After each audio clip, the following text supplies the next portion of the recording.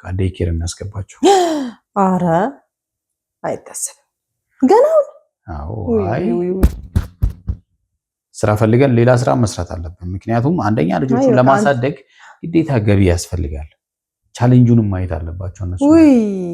ገና ናቸው ይደርሳሉ፣ ገና ናቸው። አንደኛ አንቺ ማረፍ አለብሽ። አሁን ከገንዘብ ብቻ አይደለም፣ አሁን ከምንሰራው ነገር ከስራ ጋር ብቻ ሳይሆን አንደኛ አንቺ ማረፍ አለብሽ። በጣም ተጎርተሻል።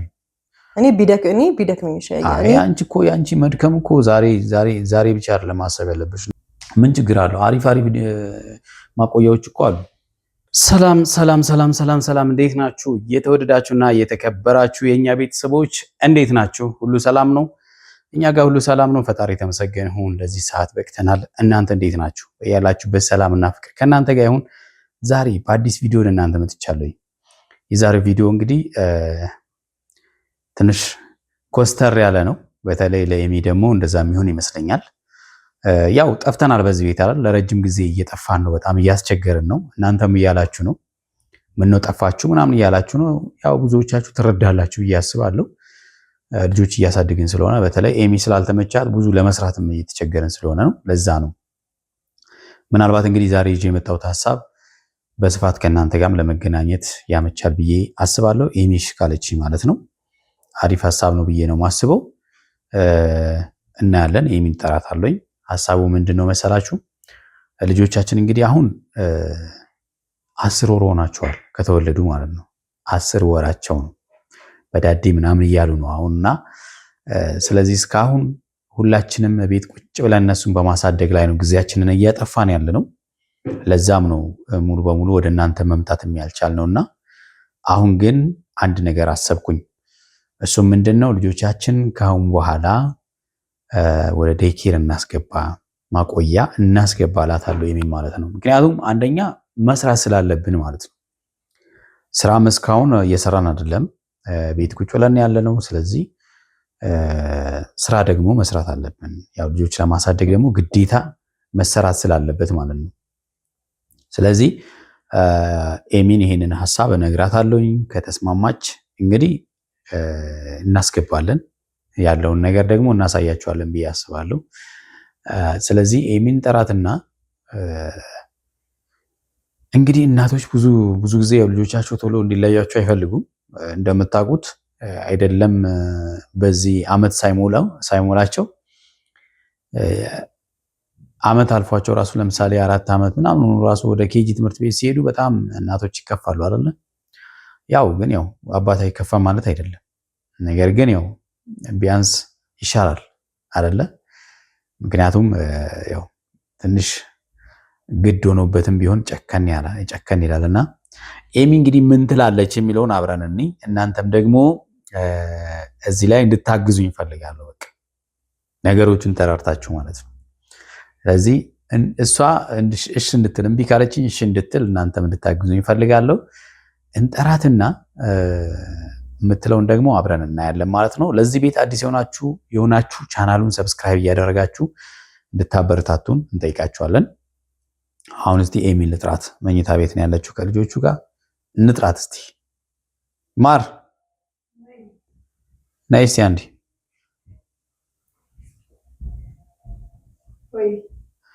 አይስ የሆነ ሀሳብ ይዤ መጥቻለሁ ዛሬ። ቪዲዮ እየሰራን ነው። ዲኒስ ደህና ነሽ? መጀመሪያ ማይክ ላድርግልሽ እስቲ። ይሄ ማይክ ከተደረገልሽ በጣም ቆይቷል። ማይክ አልፈልግም እያልሽ እያስቸገርሽ ነው። እንዴት ናችሁ? ቤተሰቦች ምከሯት ነው እንግዲህ። እንዴት ናችሁ? ደህና ናችሁ? ሰላም ነው። ያው አይ ከልጆች ጋር ታሰርኩ። በአጠቃላይ ጠፍተናል። በቃ እንደ ቤተሰብ ባንቺ ቻናል በጣም ጠፍተናል። ደህና ናችሁ? እንዴት ናችሁ? ውድ ቤተሰቦቻችን ስለጠፋን በጣም ይቅርታ እንጠይቃለን። እነሱም እየጠየቁ ነበረ ለምንድን ነው የጠፋችሁት እያሉ በጣም በብዛት እየጠየቁ ነበረ። ቆየናል። ዛሬ ያው በጣም ቆይተናል።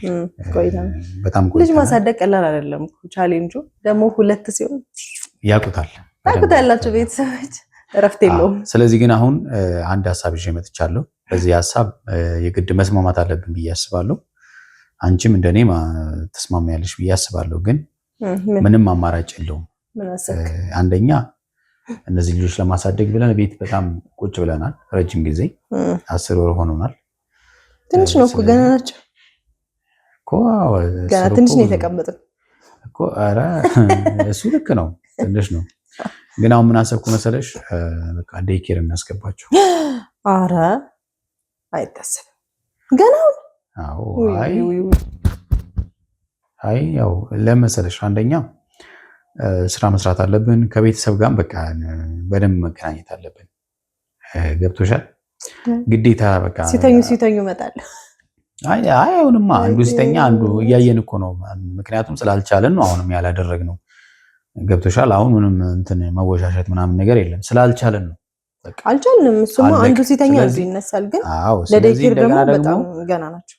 ቤት አስቀምጠን እነሱን አስተኝተን ሲተኙ ራሱ ሰው እንኳን ድምፁን ከፍ አድርጎ ሲያወራ ኧረ ዝም በል ድምፅ ቀንስ እያለን እንዴት ነው ቪዲዮም ልንሰራ የምንችለው? እንደገና ደግሞ ቪዲዮ ብቻ ሳይሆን ስራ መስራት አለብን። በቃ ስራ ፈልገን ሌላ ስራ መስራት አለብን። ምክንያቱም አንደኛ ልጆቹን ለማሳደግ ግዴታ ገቢ ያስፈልጋል።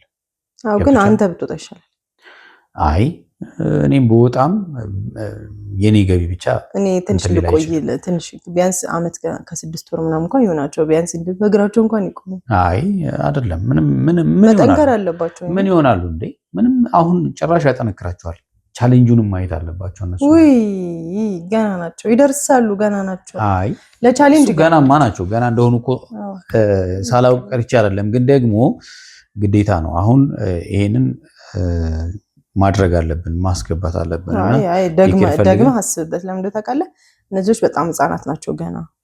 በዛ ላይ አሁን እነዚህ ዴይኬር ሲገቡ ጉንፋኑ፣ በዛ ላይ አሁን ክረምት ነው ብርዱ፣ በዛ ላይ ደግሞ ገና ናቸው። በቃ ጡት በደንብ መጥባት አለባቸው። በጣም እኮ አሁን ሲመጡ አንደኛ አንቺ ማረፍ አለብሽ። አሁን ከገንዘብ ብቻ አይደለም፣ አሁን ከምንሰራው ነገር ከስራ ጋር ብቻ ሳይሆን አንደኛ አንቺ ማረፍ አለብሽ። በጣም ተጎድተሻል። ሁለት ልጅ ሁሉ ማሳደግ በጣም ከባድ እንደሆነ በደንብ አይተነዋል። ስለዚህ አንደኛ አንቺም ማረፍ አለብሽ። በደንብ ካረፍሽ በኋላ ለነሱ ደግሞ ሲመጡ በደንብ ማታጠብ ያለሽ ማለት ነው። ስለዚህ ቢደክመኝ ይሻለኛል። እኔ ቢደክመኝ ይሻለኛል። አይ አንቺ እኮ ያንቺ መድከም እኮ ዛሬ ብቻ አይደለም ማሰብ ያለብሽ። ነገ ከነገ ወዲያ እኮ ገና ይቀጥላል። ገብቶሻል? ያንቺ የዛሬ ጉዳት ነገ ላይ ይብስና ጭራሽ እነሱን ትሪት የማታደርጊበት ደረጃ ላይ እንዳይደርስ ማለት ነው። ስለዚህ ምን ችግር አለው? አሪፍ ማቆያዎች እኮ አሉ። ለምሳሌ ማማ ያደገችበት ማቆያ አለ፣ በጣም ምርጥ የሆኑ ማለት ነው። ግን ማማ እኮ በ2 ዓመቷ ምናምን ስለገባች እሷ አድጋ ነው። እነዚህ እኮ በጣም ህፃን ናቸው። እሷ ደግሞ ምንድነው አንድ ስለሆነች አንደኛ አንድ ናት፣ ሁለተኛ ደግሞ ያው የመጀመሪያ ልጅ ቅንጦት ይበዛበታል። እነዚህ ደግሞ እንደዛ አይደሉም። እንደዚህም ያሳዝናሉ። የእሷን ቻንስ ለማግኘት መሞከርም የለባቸውም። የመጀመሪያ ልጅ ብርቅዬ ነው። ስለዚህ እነዚህም ብርቄ ናቸው እንዴ? አይ እሱ ልክ ነው፣ ብርቅዬ ነው። ግን ልጅ ይጠገባል እያልኩሽ አይደለም። ግን ደግሞ የመጀመሪያ ልጅ ልዩነት አለው የለውም? ቤተሰብ ኦፍኮርስ አለው። ለብዙ ነገር አዲስ ነህ፣ ለሁሉ ነገር ለመጀመሪያ ልጅ የምደነግጡትና ከፍቅር አንጻር ሳይሆን ከመደንገጥ አንጻር ራሱ ወድቆ እንደሚነሱ ታምናለህ። አሁን ያኔ በጣም ትደነግጣለህ። ሲስሉም ትን ሲላቸው በቃ ኤቭሪቲንግ ቁጭ ብድግ ነው የሚያስብልህ። ለምን? ልምዱም ስለሌለ ነው። ፍቅር ከማጣትም ሳይሆን ልምዱም ስለሌለ ነው የሚመስለው። አይ ፍቅር እኮ ልዩነት የለውም። ስትላመጂው እንትን ታያለሽ። ፍቅር 10ም ብትወልድ ተመሳሳይ ነው። አዎ ተመሳሳይ ነው። እሱ ምንም ልዩነት የለውም። ምክንያቱም የሚመጣው የራሱ የሆነ ፍቅር ይዞ ነው የሚመጣው።